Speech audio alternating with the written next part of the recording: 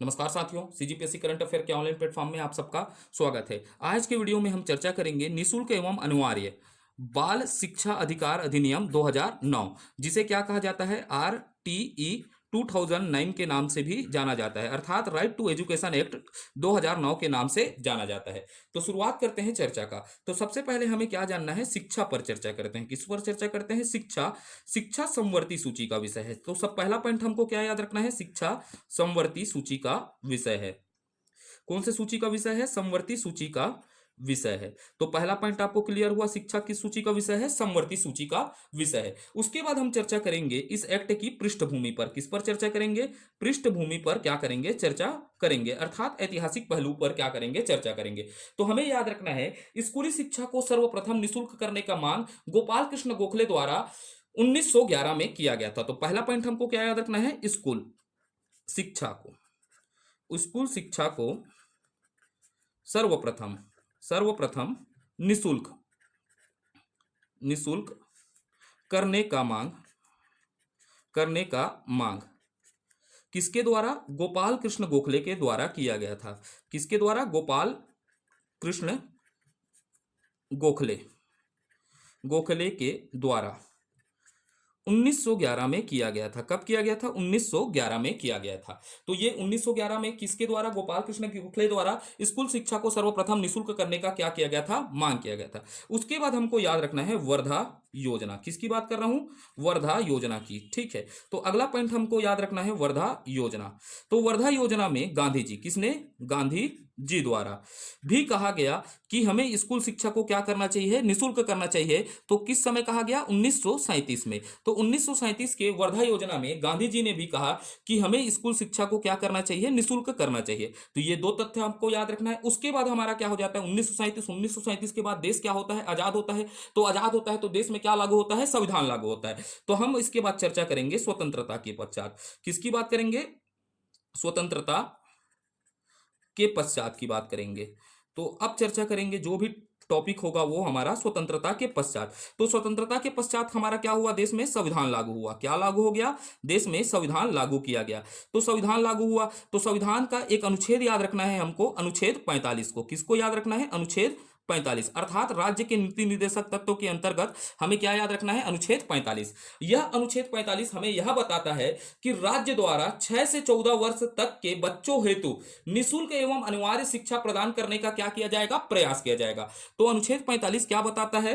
राज्य द्वारा, किसके द्वारा?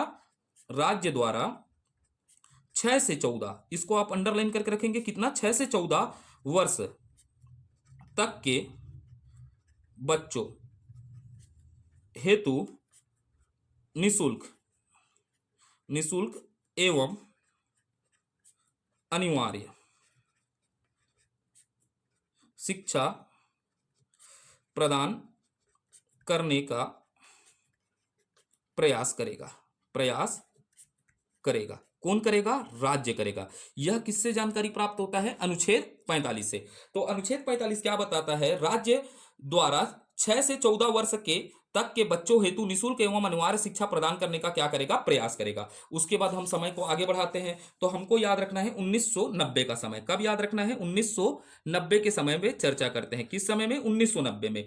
तो 1990 में शिक्षा का अधिकार का प्रथम आधिकारिक दस्तावेज क्या किया गया था? प्रस्तुत किया गया। तो हमें याद क्या रखना है? शिक्षा का, किसका? शिक्षा का अधिकार का शिक्षा का अधिकार का प्रथम आधिकारिक दस्तावेज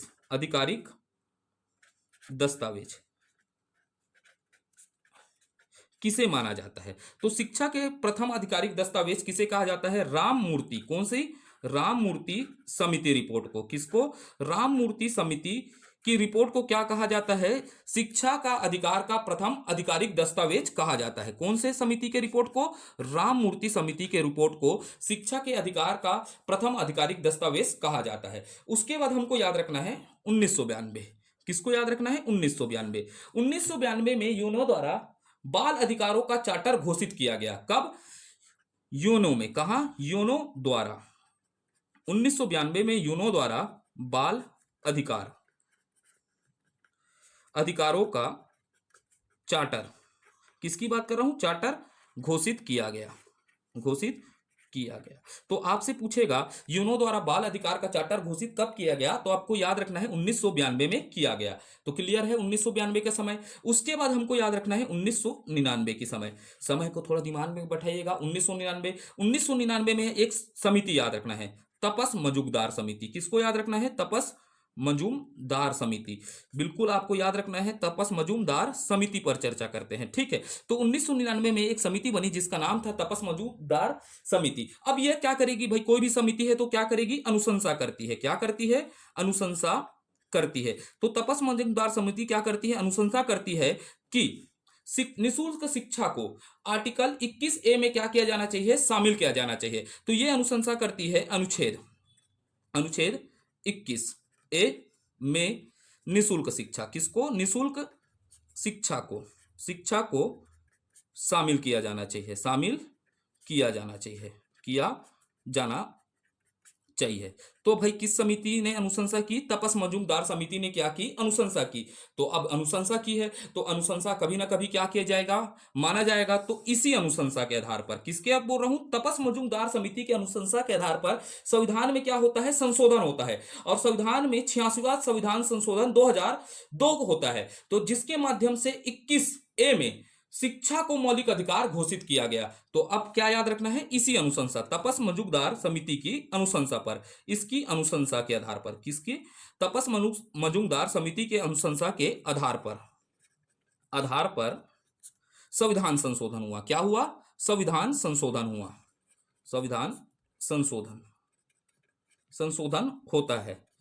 क्या होता है? संविधान संशोधन होता है। तो हमारे मन में प्रश्न बनना चाहिए, ऐसे ही आप याद करने का प्रयास करिएगा, कौन सा करके। तो कौन सा? 86वां संविधान संशोधन हुआ। संविधान संशोधन हुआ। तो इसमें हमको क्या याद रखना है? 86वां संविधान संशोधन 2002 में। तो यहां पर आर्टिकल 21A के अंतर्गत शिक्षा को, किसको? शिक्षा को मौलिक अधिकार, शिक्षा को क्या कर दिया गया? मौलिक अधिकार घोषित कर दिया गया। शिक्षा को क्या कर दिया गया? मौलिक अधिकार घोषित किया गया। तो शिक्षा मौलिक अधिकार कब बना करके आपको याद रखना है? 86वां संविधान संशोधन 2002 के माध्यम से 21A में शिक्षा को क्या कर दिया गया? जोड़कर मौलिक अधिकार घोषित कर दिया गया। उसके साथ हमको क्या याद रखना है? एक आर्टिकल और याद रखना है। चर्चा करते हैं आगे थोड़ा सा। एक आर्टिकल क्या करना है? 51 का। किसको याद रखना है? 51 का। तो 51 का को क्या कहा जाता है? मौलिक कर्तव्य आता है। क्या आता है? मौलिक कर्तव्य आता है। तो मौलिक कर्तव्य के अंतर्गत माता पिता, आपको याद रखना है माता पिता या अभिभावक। किसकी बात कर रहा हूं? अभिभावक। ठीक है, या क्या की बात कर रहा हूं? संरक्षक। तो संविधान का आर्टिकल 51 का के अंतर्गत, अर्थात मौलिक कर्तव्य के अंतर्गत, माता पिता अभिभावक संरक्षक को बच्चों को शिक्षा उपलब्ध कराएंगे। इसका क्या हो गया? माता पिता अभिभावक का क्या कर्तव्य होगा?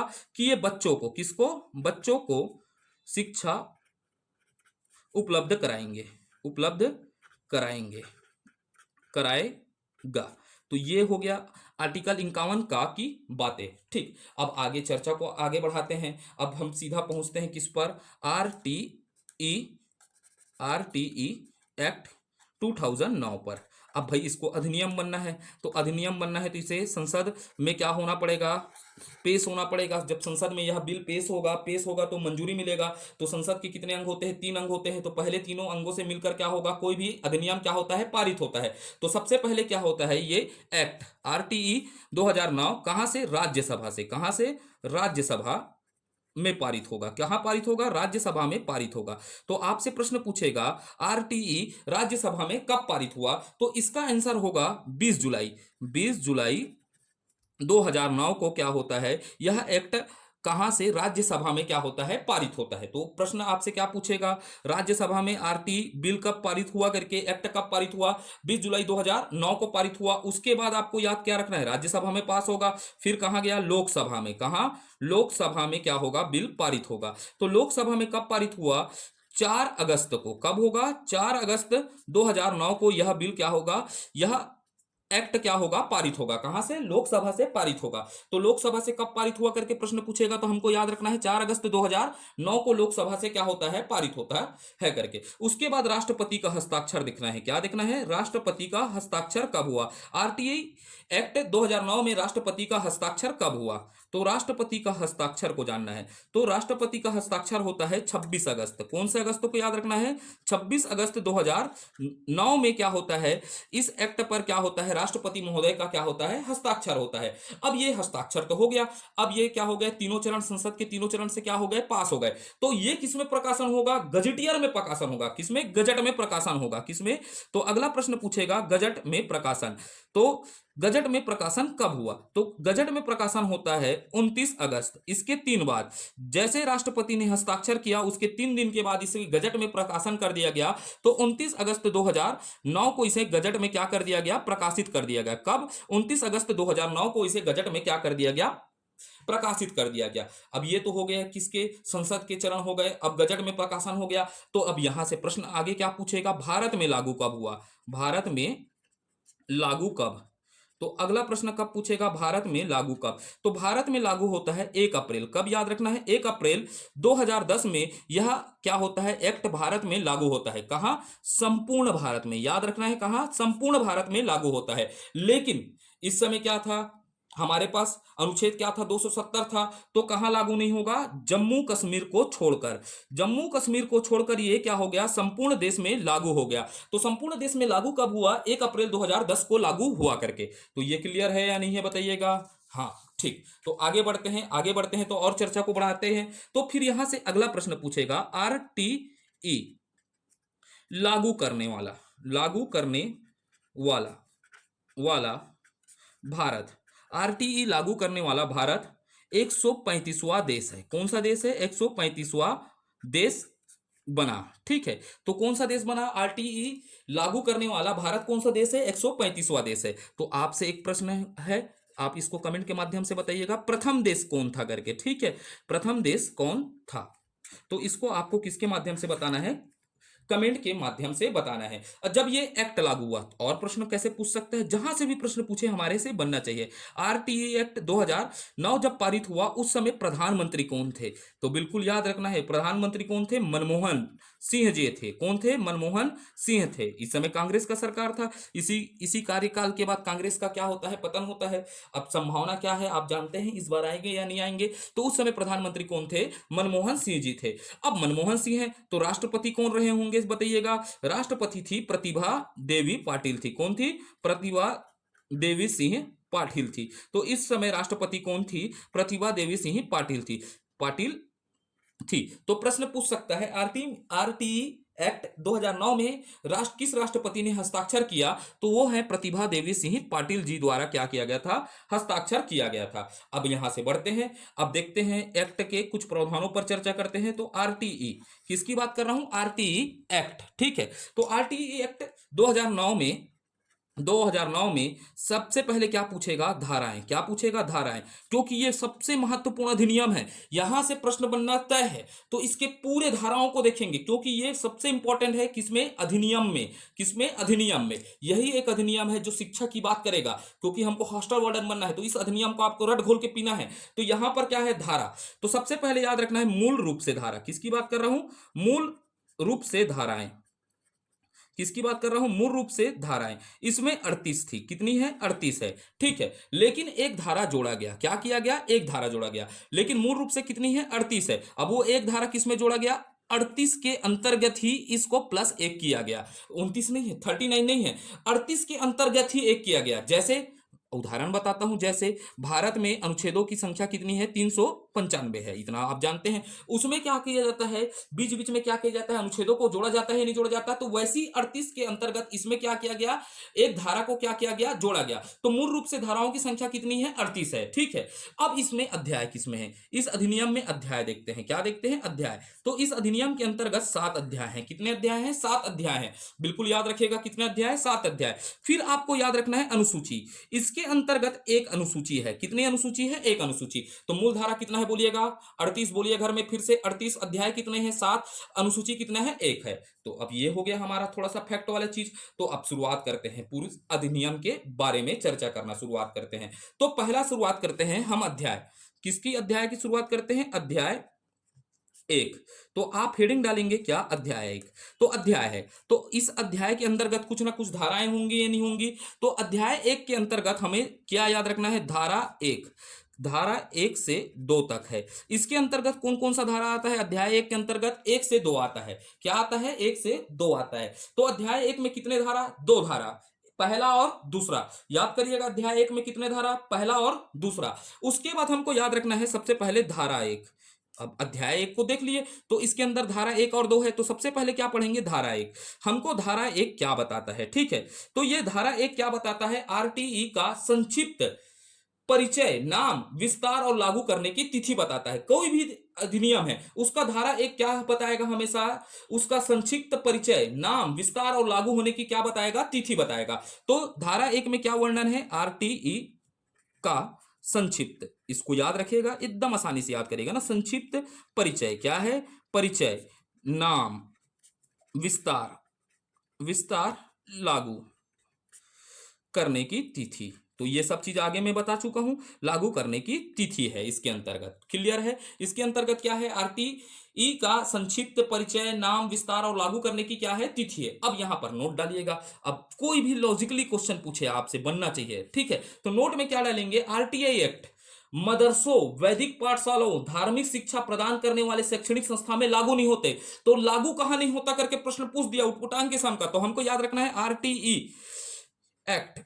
आरटीई एक्ट मदरसों, कहां पर? मदरसों, मदरसों पहला हुआ। वैदिक पाठशाला, किसकी बात कर रहा हूं? दूसरा, वैदिक पाठशालाओं में, वैदिक पाठशालाओं में। उसके बाद याद रखना है धार्मिक शिक्षा, किसकी बात कर रहा हूं? धार्मिक शिक्षा। उसके बाद धार्मिक शिक्षा प्रदान करने वाले, करने वाले शैक्षणिक संस्थाओं में, संस्थाओं में, कहां? शैक्षणिक संस्थाओं में लागू नहीं होता, लागू नहीं होता। तो ये प्रश्न आपको नोट को भी याद रखना है। एकदम आसान सा है, क्योंकि मदरसों में अपने तरीका से दिया जाता है शिक्षा, तो यहां पर अनिवार्य क्यों होगा? ठीक है, तो यहां पर क्या नहीं होता? लागू नहीं होता। क्लियर हुआ? हाउ बोलोगे तो आगे बढ़ूंगा, मन में ही हाउ बोलना है ना, ठीक है? मेरे को ऊपर मोबाइल झांक के देखना पड़ता है, वीडियो अचानक बंद हो जाता है, तब फिर वो धतमरा टिप से हो जाता है ना, ठीक। उसके बाद आपको याद रखना है धारा 2। किस पर याद रखना है? धारा 2। तो धारा 2 क्या है? ठीक है, तो धारा 2 क्या कहता है? विशेष शब्दावली का अर्थ एवं परिभाषा। यहां पर यह बता जाता है विशेष शब्दावली, क्या बोल रहा हूं मैं? विशेष शब्दावली, शब्दावली का अर्थ एवं परिभाषा, अर्थ एवं परिभाषा। यही पूरे चैप्टर का क्या होता है? जान होता है। विशेष शब्दावली एवं अर्थ एवं परिभाषा किसी भी अधिनियम का क्या है? जान होता है। क्यों जान होता है? कि अगर हम शब्दों को ही नहीं समझ पाएंगे, तो आरटीआई में क्या पूछ दिया? समुचित सरकार पूछ दिया, तो आप जान पाएंगे क्या इस अधिनियम को? क्यों नहीं समझ में आता? अधिनियम समझ में नहीं आने का कारण है कि उसके शब्दावली ही नहीं समझ में आएंगे, तो हम क्या नहीं समझ पाएंगे? अधिनियम को नहीं समझ पाएंगे। तो इसलिए मैं इस अधिनियम को समझाने से पहले इसके महत्वपूर्ण शब्दों को पर क्या करूंगा? चर्चा करूंगा। तो पहला क्या होगा? एक शब्दावली हमको याद रखना है समुचित सरकार। क्या को याद रखना है? समुचित। किसकी बात कर रहा हूं? समुचित सरकार, ठीक है, समुचित सरकार की बात कर रहा हूं। थोड़ा सा मात्राओं पर मत ध्यान दीजिएगा मेरे। समुचित किसकी बात कर रहा हूं? सरकार, ठीक। अब ये समुचित सरकार क्या है? आपको मैं बोलूंगा समुचित सरकार का कर्तव्य बनता है, तो मुड़िक धर के बैठ जाओगे, मुड़िक नहीं धरना है। तो समुचित सरकार के अंतर्गत आएगा केंद्र सरकार। पहला बोलिएगा केंद्र सरकार। क्या है? समुचित सरकार कौन होता है? केंद्र सरकार होता है। दूसरा मन में बोलिएगा राज्य सरकार। कौन सा सरकार? राज्य सरकार होगा। ये कौन सा सरकार होगा? राज्य सरकार होगा। इसके बाद क्या होता है? राज्य, केंद्र और राज्य। हमारे पास क्या है? केंद्र शासित, क्या है? प्रदेश भी है ना, केंद्र शासित प्रदेशों की सरकार, केंद्र शासित प्रदेशों की सरकार। तो भाई समुचित सरकार का अर्थ क्या होगा? 3 लोग आएंगे ना समुचित सरकार के अंतर्गत। पहला बोलिएगा केंद्र सरकार, राज्य सरकार और केंद्र शासित प्रदेश के सरकार। ये क्या कहलाएंगे? सभी समुचित सरकार कहलाएंगे। तो भुलाओगे नहीं? भुलाओगे, चलते हैं। अब उसके बाद हर जगह क्या आएगा? बालक आएगा। क्या आएगा?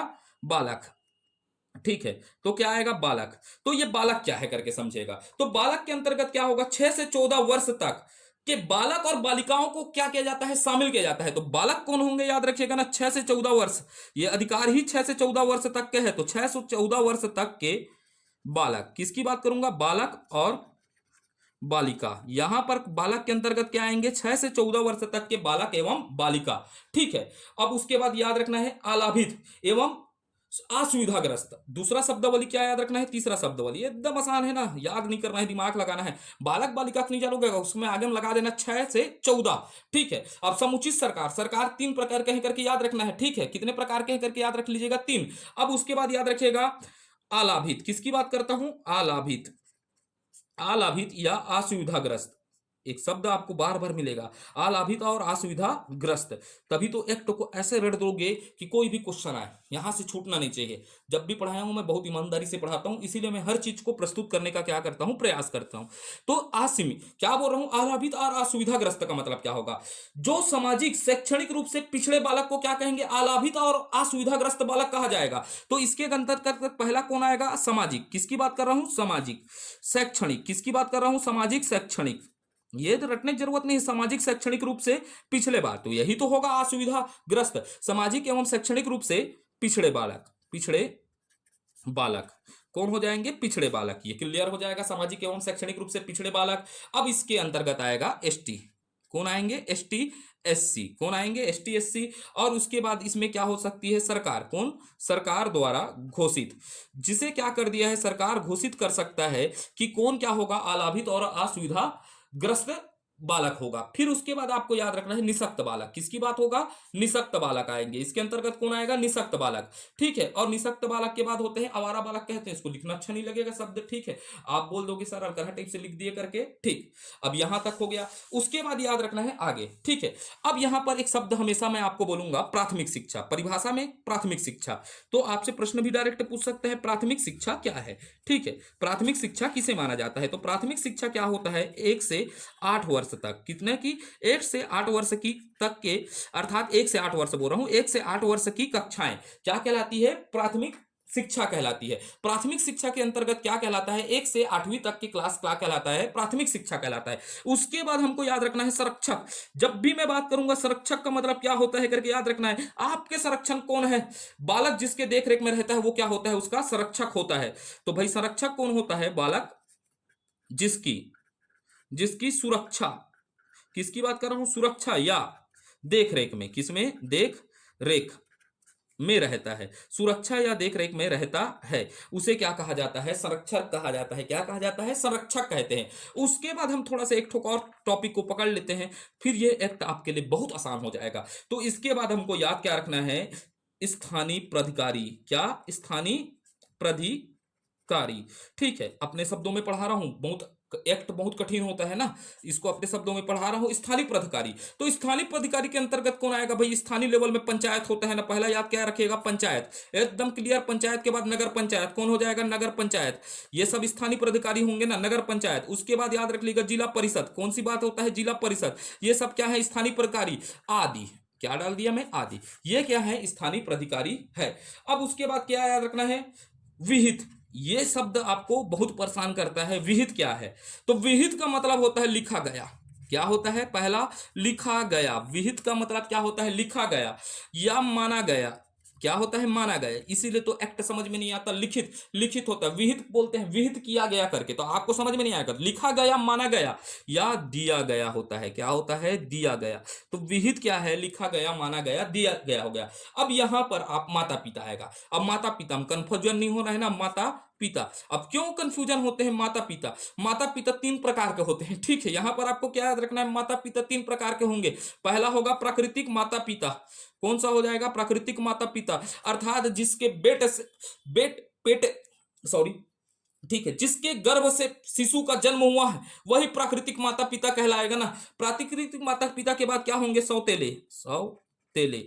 भैया कुछ घटना के कारण क्या हो जाते हैं, किसी के माता पिता सौतेले होते हैं। ठीक है, तो भाई कुटकुट्टा पीटते हैं इन्हीं लोग, सौतेले माता पिता। अब क्या हो गया, कोई बच्चा माता पिता का क्या हो गया, मृत्यु हो गया, दोनों को मृत्यु हो गया, तो ये अनाथालय में है, तो बच्चों को गोद लेने वाले भी क्या कहलाते हैं, माता पिता कहलाते हैं। तो फिर इसमें माता पिता में क्या आएंगे, बच्चों को गोद लेने वाले, गोद लेने वाले वाले माता पिता, बच्चों को गोद लेने वाले माता पिता आएंगे। तो ये हो गया हमारा कुछ परिभाषा। ठीक है, तो ये हमने क्या कर लिया, अध्याय एक को क्या कर लिया, पढ़ लिया। लेकिन थोड़ा सा और देख लेते हैं इसमें। विद्यालय का मतलब क्या होगा, मान्यता प्राप्त शिक्षा संस्थान को क्या कहेंगे, मान्यता प्राप्त विद्यालय को क्या कहते हैं, विद्यालय कहते हैं। और उसके बाद लिख लेते हैं, थोड़ा सा इसको चर्चा कर लेते हैं ना, खास श्रेणी, आप भूलिएगा मत फिर, है ना, खास श्रेणी के विद्यालय।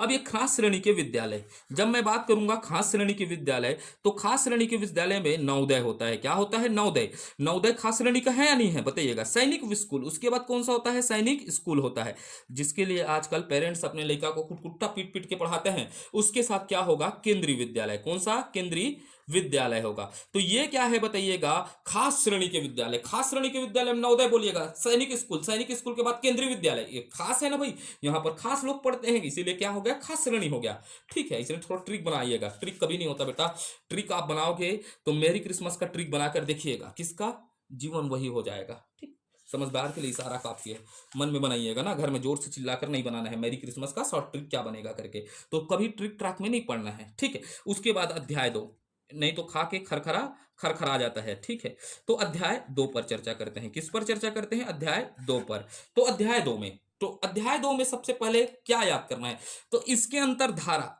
क्या याद रखना है, धारा। तो यहां पर धारा 3 से 5 आता है। क्या आता है, 3 से 5, अर्थात 3 2 5। ठीक है, तो अध्याय 2 में क्या आता है, धारा 3 से 5 तक। तो अध्याय 2 में कितना धारा, 3 से 5 बोलिएगा, फिर से घर में चिल्ला के बोलिएगा, आवाज नहीं आ रहा है, 3 से 5 आएगा। ठीक है, मुंह छाला ठीक हो गया ना, अब थोड़ा परफॉर्मेंस अच्छा हो गया, क्योंकि छाला करन जलन होता था मेरा मुंह। ठीक है, अब थोड़ा आवाज खुल रहा है ना। ठीक, मुंह में रजनीगंधा, कदमों में दुनिया वाला नहीं है। तो याद रखना है धारा। धारा किसको याद रखना है, 3 को। क्या याद रखना है, धारा 3। अब ये धारा 3 बहुत इंपॉर्टेंट है, आईएमपी डाल लीजिएगा ना। ये धारा 3 क्या कहता है, तो धारा 3 क्या कहता है, निःशुल्क एवं अनिवार्य शिक्षा बच्चे का अधिकार है, बोलता है। ये क्या बोलता है, निःशुल्क, यहां पर याद रखिएगा ना, निःशुल्क एवं अनिवार्य, अनिवार्य, अनिवार्य शिक्षा, शिक्षा बच्चे का अधिकार है। तो किस धारा में कहा गया, ठीक है, बच्चे का अधिकार है। तो धारा 3 में कहा गया है कि निःशुल्क एवं अनिवार्य शिक्षा बच्चे का क्या है, अधिकार है। तो कौन सा बच्चा का अधिकार है करके याद रखना है ना, 6 से 14 वर्ष, 6 से 14 वर्ष के बच्चों का अधिकार है। ठीक है, तो 6 से 14 वर्ष के बच्चों का क्या अधिकार है, निःशुल्क एवं अनिवार्य शिक्षा। अर्थात 6 से 14 वर्ष तक के बच्चों, बालक का अधिकार है कि वो आसपास के विद्यालय में क्या प्राप्त कर सकते हैं, प्राथमिक शिक्षा प्राप्त कर सकते हैं। इसको थोड़ा और आसान भाषा में बना देता हूं मैं इसको। ठीक है, याद करने में आसान हो, 6 से 14 वर्ष, 14 वर्ष तक के बालक, किसकी बात कर रहा हूं, 6 से 14 वर्ष तक के बालक का अधिकार है, अधिकार है कि वह आसपास, आसपास के विद्यालय, विद्यालय में प्राथमिक शिक्षा, शिक्षा पूरी करे, पूरी करे। अब ये प्राथमिक शिक्षा कैसा होगा ना, शुल्क रहित होगा। क्या होगा, शुल्क रहित होगा। ठीक, क्या होगा, शुल्क रहित होगा। ठीक है, यहां पर आप जाकर स्कूल में क्या प्राप्त कर सकते हैं, शिक्षा प्राप्त कर सकते हैं। नोट डालिएगा, एक नोट डालिएगा, खास बात। तो यहां पर खास बात क्या है, गंभीर, किसकी बात कर रहा हूं, गंभीर बहुनिशक्त, गंभीर बहुनिशक्त बालक घर से प्राथमिक शिक्षा प्राप्त कर सकता है। अब यहां कथन और कूट में फंसाया तो ये पूछ देगा, गंभीर और निशक्त बालक को स्कूल जाना अनिवार्य है क्या, नहीं है। तो गंभीर एवं निशक्त बालक घर से प्राथमिक शिक्षा प्राप्त करेगा। ठीक है, ये भी कहा गया है। ठीक है, प्राप्त करेगा। एकदम आसान भाषा में लिख रहा हूं ना आप लोगों के लिए, तो इसको याद करने का प्रयास करिएगा। एक एक नंबर कीमती रहेगा। 6 लाख लोग हैं बेटा, 6 लाख लोग फॉर्म डाले हैं, 6 लाख से अधिक, 5 साल का अनुभव है। 5 साल में देखा हूं, एक नंबर से सिलेक्शन होता है और एक नंबर से सिलेक्शन चुकता है। शॉर्टकट और ना ट्रिक पर नहीं फंसिएगा। मैं जब भी पढ़ाऊंगा, जितने लोग हैं, जानता हूं 60 लोग ही क्या करते हैं, लाइक करते हैं, 60 70 लाइक करते हैं, उन्हीं लोग पढ़ने लिखने वाले हैं जिनको एक्चुअल में कंटेंट का कीमत क्या है पता है। फिर भी मैं अपने तरफ से जब भी पढ़ाया पूरा मेहनत किया हूँ, ठीक है। तो चलते हैं, ये धारा 3 हो गया। धारा 3 में क्या क्या गया है? निःशुल्क एवं अनिवार्य शिक्षा बच्चों का अधिकार है। 6 से 14 वर्ष के बच्चों का 6 से कितना 14 वर्ष के बच्चों का अधिकार है, ठीक है। यह शिक्षा कैसा होगा? शुल्क रहित। यहाँ पर नोट को क्या रखना है? गंभीर बहु निःशक्त बालक घर से क्या कर सकते हैं? प्राथमिक शिक्षा प्राप्त कर सकते हैं। तो ये हो गया पहला धारा। तो अब धारा 4 पर चर्चा करते हैं। किस पर चर्चा करते हैं? धारा 4। इंपॉर्टेंट धाराओं को मैं एकदम ज्यादा पढ़ाऊंगा, ठीक है। धारा 4, लेकिन क्या होता है, सम्मिलित करने दे दिया कौन सा धारा क्या है, कोई समय का गर्भ को नहीं जानता। तो यहां पर क्या है, धारा 4 क्या कहता है? अनाम अनामांकित या ड्रॉप आउट बच्चों के लिए विशेष क्या बोलता है? उपबंध की बात करता है। अब मैं बताता हूं, लिखता हूं, फिर समझाता हूं। अनामांकित, अनामांकित या ड्रॉप आउट, किसकी बात कर रहा हूं? Drop out. अनामांकित या ड्रॉप आउट। ड्रॉप आउट का मतलब क्या होता है? बीच में स्कूल छोड़े बालक, किसकी बात कर रहा हूं? बीच में स्कूल छोड़े। तो इसी को तो आप लोग क्या बोलते हो? ड्रॉप आउट लिए होकर के छोड़े, छोड़ चुके बालक को क्या कहलाता है? Drop out. तो यहां पर क्या बोला हूं? अनामांकित या ड्रॉप आउट बालकों के लिए विशेष उपबंध। बालक के लिए क्या की बात करेंगे? विशेष उपबंध की बात करेंगे। विशेष उपबंध, उपबंध की बात करेंगे, ठीक है। तो ये है क्या बात बोल रहा है धारा 4, क्या बताता है? नामित या ड्रॉप आउट बालकों के लिए विशेष उपबंध। तो ये क्या कहते हैं कि नामित व ड्रॉप आउट बच्चों को उसके आयु के अनुसार क्या दिया जाना चाहिए? प्रवेश दिया जाना चाहिए। अभी समझाता हूं, फिर इसको समझिएगा। यहां पर क्या बोला जाता है इस एक्ट में? नामित, नामांकित, अनामांकित, अनामांकित व ड्रॉप आउट, ड्रॉप आउट बच्चों को, बच्चों को उनकी उनकी आयु के अनुसार, आयु के अनुसार, अनुसार प्रवेश देना, प्रवेश देने की बात करता है, ठीक है। प्रवेश देने की बात करता है, ठीक। अब ये समझिएगा, उदाहरण जैसे बोल देता हूं। जैसे 9 वर्ष का क्या है? बालक है। क्या है? 9 वर्ष का बालक है। तो उसे क्या पहली में डालेंगे क्या? 9 वर्ष का लड़का बालक को, ऐसा बालक है थोड़ा ढुकड़म्मा टाइप से आ गया है ना, 9 वर्ष हो गया है, पढ़ा नहीं है, इसको पहली में डाल देंगे क्या? नहीं डालेंगे ना, क्योंकि पहली में भैया ये 5 वर्ष के लोग रहते हैं, 5 से 6 वर्ष के, कुटकुट्टा छाड़ देगा। तो इसको क्या बोला गया है? इस एक्ट को समझिएगा मेरे भाषा में। जैसे ये 9 वर्ष का है ना, 9 वर्ष को पहली में डाल सकते हैं क्या? नहीं डाल सकेंगे, क्योंकि लड़का है, लड़का लोग को पीट देगा, ये थोड़ा बड़ा है, ढुड़म्मा टाइप से है। तो इसको क्या होगा? 9 वर्ष के बालक को कितने वर्ष में डाला जाएगा? कौन से कक्षा में डाला जाएगा करके बात करता है? चौथी कक्षा में डालेंगे। तो ये क्या है? अनामिकित, अनामांकित बालक या ड्रॉप आउट बच्चों को उसके आयु के अनुसार क्या दिया जाएगा? प्रवेश दिया जाएगा। क्लियर हुआ? हो बोलो, ठीक। तो आगे निकलते हैं। अब यहां से डालते हैं 14 वर्ष। 14 वर्ष के बाद भी, ये याद रखना है, 14 वर्ष बाद भी बच्चा, ठीक है, 14 वर्ष बाद भी बच्चा प्रारंभिक शिक्षा पूरी कर सकता है। शिक्षा पूरी कर सकता है, कर सकता है। इसको याद रखना है ना, 14 वर्ष के बाद भी बच्चा प्रारंभिक शिक्षा पूरी कर सकता है, ठीक है। और प्रवेशित अभ्यर्थी को प्रारंभिक शिक्षा प्राप्त करने का अधिकार है, ठीक। ये क्लियर रहेगा या नहीं रहेगा? हाँ बोलो, ठीक। सुनता नहीं हूं लेकिन मन में बोलना है ना, खामोशिया, ठीक। अब याद रखते हैं धारा 5। धारा 5 कौन से में चर्चा करते हैं? धारा 5 पर चर्चा करते हैं। अब ये क्या कहता है धारा 5, समझिएगा।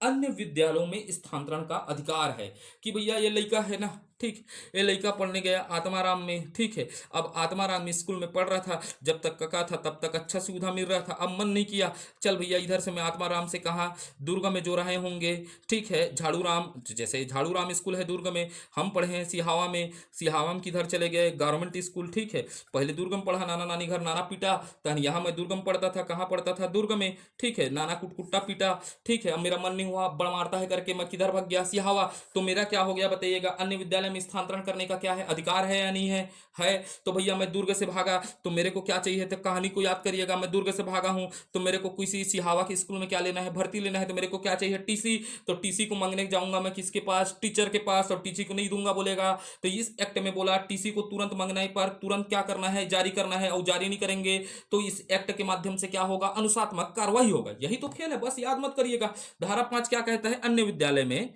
अन्य विद्यालयों में, विद्यालयों में स्थानांतरण, ये कहानी एकदम सत्य है। दुर्ग से मैं ना वहां भगा था, सिहावा, ठीक है। स्थानांतरण का अधिकार, अधिकार, ठीक है। तो अन्य विद्यालयों में स्थानांतरण का अधिकार है। तो अब इसमें विशेष क्या लिखना है, विशेष लिखना है, ठीक है, विशेष लिखना है टीसी मंगने पर, क्या, टीसी मंगने पर तुरंत जारी करना, तुरंत जारी कर दिया जाए, कर दिया जाए। तो यहां पर बात कहता है टीसी मांगने में टीसी क्या कर दिया जाए, तुरंत जारी कर दिया जाए। तो कितने दिन होता है, अधिकतम 7 दिनों के अंदर, ठीक है, इसी का तो डर के मारे देते हैं आजकल, तो 7 दिनों के अंतर्गत। अब भैया अब यहां पर टीसी नहीं देंगे तो उस पर क्या होगा, टीसी जारी नहीं करने पर, टीसी जारी नहीं करने पर अनुशासनात्मक आत्मक कार्यवाही, मात्राओं में मत ध्यान दीजिएगा ना, वही होगी। ये क्लियर होगा या नहीं हुआ, हो गया, ठीक है, ये कहानी काल्पनिक नहीं है, एकदम सत्य है, ठीक है। अब चलते हैं अध्याय 3 पर, चलते हैं, क्या करते हैं, अध्याय 3 पर चर्चा करते हैं, ठीक। तो अध्याय 3 को थोड़ा स्पीड पकड़ते हैं, आज हो पाएगा, हाँ ठीक, लंबा वीडियो बन रहा है लेकिन पढ़ते हैं, हमको पढ़ना है और गर्मी भी लग रहा है क्योंकि मेरे पास पंखा चालू नहीं रहता, ठीक है, इतने गर्मी में भी वीडियो रिकॉर्डिंग करना पड़ता है, पसीना से तरबतर हो गया है। लेकिन अपन इस अध्याय में कुछ अध्याय को कंप्लीट करते हैं 3 को। तो अध्याय 3 के अंतर्गत क्या होगा, धारा, किसकी बात करता हूं, धारा। तो धारा 6 से 11 है, ठीक है। तो अपन कितने अध्याय में, अध्याय 3 में कितना धारा है, 6 से 11 है, बोलिएगा कितना धारा, 6 से 11। तो 6 से 11 में पहला किसको पकड़ा, 6 बेचारा को पकड़ते हैं। तो मन में बताइएगा अध्याय 3 में पहला धारा कौन सा होगा, 6 होगा। 6 क्या बोलता है, आरटीई लागू होने के बाद, क्या होता है, लागू होने के 3 वर्ष के अंदर, किसके, 3 वर्ष के अंदर उन क्षेत्रों में, क्या बोलता है, उन क्षेत्रों में विद्यालय स्थापित किया जाए, उन क्षेत्रों में विद्यालय स्थापित किया जाए जो बालक से, क्या बोल रहा हूं, जो क्षेत्र बालक से, जो क्षेत्र बालक से। अब यहां समझेगा, तो आरटीआई लागू होने के बाद 3 वर्षों के अंतर्गत उन क्षेत्रों में विद्यालय स्थापित किया जाए जो बालक के घर से, मान लीजिए जहां पर बालक रह रहा है वहां से 1 किलोमीटर के अंदर में, क्या बोल रहा है, 1 किलोमीटर तक। तो बालक जहां पर स्कूल स्थापित करना है, आरटीआई लागू हुआ उसके 3 अंदर के अंतर्गत क्या करना है, ऐसा विद्यालय करना है जो बालक के क्षेत्र से, जो क्षेत्र में बालक है वहां से 1 किलोमीटर तक क्या होना चाहिए, प्राथमिक विद्यालय होना चाहिए। अर्थात लड़का है तो उसे 1 किलोमीटर तक क्या मिल जाना चाहिए, प्राथमिक विद्यालय मिलना चाहिए करके बात करता है ये एक्ट। अर्थात प्राथमिक विद्यालय का मतलब 1 से 5 तक की कक्षाएं होनी चाहिए। अब उसके बाद यहां बताया गया 2 किलोमीटर तक, जहां बालक है वहां से 2 किलोमीटर तक क्या होना चाहिए, उच्च प्राथमिक प्राथमिक विद्यालय, उच्च प्राथमिक विद्यालय होना चाहिए करके बोला है, ठीक है। उच्च प्राथमिक विद्यालय का मतलब क्या होता है, 1 से 8 तक की कक्षाओं वाले स्कूल को क्या कहा जाता है, उच्च प्राथमिक विद्यालय। अर्थात क्या बताता है धारा 6, क्या बोलता है कि भैया 3 वर्ष के अंदर क्या करना है, उस क्षेत्रों में विद्यालय करना है जो बालक जिस क्षेत्र में है वहां से 1 किलोमीटर में क्या होना चाहिए, प्राथमिक प्राथमिक विद्यालय होना चाहिए। लड़का को रेंगने में कोई नहीं होना चाहिए, कष्ट नहीं होना चाहिए। उसके बाद 2 किलोमीटर में अंदर में अगर प्राथमिक विद्यालय नहीं है तो उच्च प्राथमिक विद्यालय होना चाहिए। कितना, उच्च प्राथमिक विद्यालय कितना किलोमीटर में, 2 किलोमीटर के अंतर्गत होना चाहिए। क्लियर है, आगे बढ़ते हैं। अब आगे बढ़ते हैं तो धारा 7 पर चर्चा करते हैं, किस पर, धारा 7 पर चर्चा करते हैं। तो 7 क्या बोलता है, पैसा की बात करेगा, किधर से पैसा आएगा, कैसे आएगा करके। तो पैसा पकड़ो तो फिर वही पैसा को क्या बोलते हैं, वित्तीय प्रबंधन। किसकी बात कर रहा हूं, वित्तीय प्रबंधन या निधि का प्रबंधन, वित्तीय प्रबंधन या निधि का प्रावधान या वित्तीय कर्तव्य, क्या, वित्तीय कर्तव्य। तो आपसे प्रश्न पूछेगा वित्तीय कर्तव्य, वित्तीय प्रावधान या निधि का प्रबंधन किस धारा में किया गया है, तो धारा 7 में। तो अब यहां पर क्या क्या वित्तीय प्रबंधन है, तो प्रारंभ में याद रखिएगा, प्रारंभ में 55:45 था। अर्थात केंद्र सरकार का क्या था, निधि कितना था, 55, और राज्य के कितना था, 45 था। लेकिन वर्तमान में याद रखना है ना, वर्तमान में पूछेगा तो कितना है, 60 और 40 है। 60 किसका है, केंद्र राज्य का, 40 है। वैसे पूर्वोत्तर में पूछ दिया, अचानक हड़बड़ा जाओगे ना, तो पूर्वोत्तर का भी लिख देते हैं ना, पूर्वोत्तर में कितना है, 90 और 10 है। कितना है, 90 और 10 है। क्लियर रहेगा। वित्तीय प्रबंधन पहले क्या था, 55-45 बोलिए घर में, उसके बाद बोलिए वर्तमान में 60-40, और पूर्वोत्तर क्षेत्र अर्थात क्या होता है, 7 बहिनियां वाले क्षेत्र में ना, जब जियोग्राफी पढ़ाऊंगा तब आपको बताऊंगा, 7 सिस्टर ऑफ वाला कॉन्सेप्ट, चिकन नेप वाला कॉन्सेप्ट, ठीक है, हर एक चीज को पढ़ाएंगे अपन यहाँ पर, टेंशन मत लीजिएगा ना, ठीक है। पूर्वोत्तर में कितना होगा, 90-10 का अनुपात है, ठीक, क्लियर है। हाँ, तो अब आगे बढ़ते हैं, धारा 8 पर चलते हैं। किस पर चलते हैं, धारा 8 पर चलते हैं, धारा 8, ठीक। धारा 8 क्या कहता है, समुचित सरकार के कर्तव्यों को उल्लेख है। यहां पर क्या है, समुचित सरकार। अब समझ पाए क्यों समुचित सरकार शुरू से बनाया हूं। अब मैं समुचित सरकार नहीं बोलूं, बताऊंगा ना। समुचित सरकार के कर्तव्य का, किसका कर्तव्य का उल्लेख है, यहां पर उल्लेख है। ठीक है, किसका, समुचित सरकार के कर्तव्य का उल्लेख है। अब ये समुचित सरकार का कर्तव्य का क्या उल्लेख है यहां पर, तो भैया ये अधिनियम ही बना है। कैसा है, 6 से 14 वर्ष के बालक को, किसको, बालक बालिकाओं को, बालक बालिकाओं को, पेन मोटा हो रहा है थोड़ा, राइटिंग नहीं बनेगा, बालक बालिकाओं को निशुल्क, किसकी बात कर रहा है, निशुल्क प्रारंभिक, प्रारंभिक शिक्षा प्रदान करना समुचित सरकार का क्या है, कर्तव्य है। क्लियर हुआ। तो ये रटना नहीं है ना, समझना है, इसीलिए तो मैं शुरू से समझाते आ रहा हूं। ठीक है, उसके बाद होता है प्रशिक्षण करना। शिक्षक प्रशिक्षण भी क्या है, समुचित सरकार का क्या है, कर्तव्य है। अर्थात शिक्षक को क्या करना, प्रशिक्षण करना भी समुचित सरकार का क्या है, कर्तव्य है। या इनके लिए क्या करना, मानक तय करना भी क्या है, समुचित सरकार का क्या है, लक्ष्य है। मानक तय करना या लागू करना, कि भाई शिक्षा का मानक कैसे होगा, यह किसका कर्तव्य होता है, समुचित सरकार का क्या है, कर्तव्य है करके। ठीक है, अब यहां से हो गया। ठीक है, धारा 8 हो गया। अब धारा 9 थोड़ा सा पढ़ लेते हैं। धारा 9 उतना महत्वपूर्ण नहीं है। तो यहां पर क्या लिखा गया है, स्थानीय प्राधिकारियों के कर्तव्य, मिलाने के लिए देगा इसीलिए मैं बना दिया हूं। स्थानीय प्राधिकारियों का कर्तव्य लिखा है, इसको इतना ही याद रखिएगा ना, स्थानीय प्राधिकारियों का कर्तव्य क्या होगा, अर्थात पंचायत पंचायत का कर्तव्य क्या होगा। उसके बाद लिखा है धारा 10, ये रट घोल कर पी लेना है, आईएमपी डाल दो। धारा 10 क्या बताता है, माता पिता संरक्षक आदि के कर्तव्य। तो धारा 10 बोलता है माता पिता संरक्षक, संरक्षक आदि के कर्तव्य को बताता है। क्या बताता है, कर्तव्य को। ठीक है, कर्तव्य को बताता है। क्लियर है। ठीक, तो धारा 10 क्या बताता है, माता पिता संरक्षक आदि के कर्तव्य को बताता है। अब ये धारा 11 को भी याद रखना है, एकदम इंपॉर्टेंट है ना। धारा 11, जो धारा इंपॉर्टेंट बोल दिया उसको रट घोल के पी देना। ठीक है, तो समुचित सरकार की बात करता है ना, यहां पर भी क्या बोलता है, समुचित, किसकी बात करता है, समुचित सरकारों को, सरकारों को। ठीक है, यहां पर अब इसको मैं ऐसा डब्बा बना रहा हूं, आप भी डब्बा बना लीजिएगा। समुचित सरकारों को पूर्व प्राथमिक शिक्षा, पूर्व प्राथमिक शिक्षा की व्यवस्था करने का कर्तव्य, पूर्व प्राथमिक शिक्षा की व्यवस्था करने का कर्तव्य है। क्या बोलता है, पूर्व प्राथमिक शिक्षा करने का कर्तव्य है। अब पूर्व प्राथमिक शिक्षा का मतलब क्या होगा भाई, 3 से 6 वर्ष तक शिक्षा। और 3 से 6 वर्ष का शिक्षा, बचपन में गए होनी आंगनबाड़ी, जो शहर में रहे होंगे नहीं देखे होंगे, आंगनबाड़ी ये क्या है, पूर्व प्राथमिक शिक्षा है। वैसने आप बालवाड़ी देखे होंगे, क्या देखे होंगे, बालवाड़ी। ठीक है, जहां कुटकुट्टा मारते थे लड़का, चाप वाप के भागते थे, वही वाला स्कूल, यही कहलाता है पूर्व प्राथमिक शिक्षा। तो आगे के धाराओं को कल के वीडियो में पढ़ते हैं, वीडियो लंबा हो रहा है, और आप तैयारी अच्छे से करिएगा। जैसे भी प्रश्न आए, क्योंकि निर्णायक है, 6 लाख लोग हैं, 6 लाख लोगों से टक्कर लेना है। हमारा परिवार आज 2000 है, तो हम ये चाहते हैं कि हम 6 लाख लोगों से अच्छा पढ़ें। ठीक है, तो आपको यह प्रयास कैसे लगता है, तो बिल्कुल आप चाहे तो हैं, जबरदस्ती नहीं है, लाइक कर सकते हैं, चाहे तो आप क्या कर सकते हैं, शेयर कर सकते हैं। लेकिन आप यह बताइएगा यह प्रयास कैसा लग रहा है, कमेंट करके आपको बिल्कुल बताना है, क्योंकि आपके कमेंट मेरे को अगले वीडियो बनाने के लिए मोटिवेट करता है। क्योंकि मेरा ये लगता है कि मैं पढ़ा रहा हूँ वो आपके लिए उपयोगी है या नहीं है, ये जानकारी मेरे पास प्राप्त हो। नहीं होता है तो क्या लगता है, मन में ये रहता है कि क्या, काहे के लिए मेहनत करना भाई। इस वीडियो को बनाने के लिए लगभग आप समझेंगे या नहीं समझेंगे, पेड क्लास से ज़्यादा कंटेंट है, इतना जानिएगा। एक वीडियो बनाने के लिए मेरे को 7 या 8 घंटा पढ़ना पड़ता है।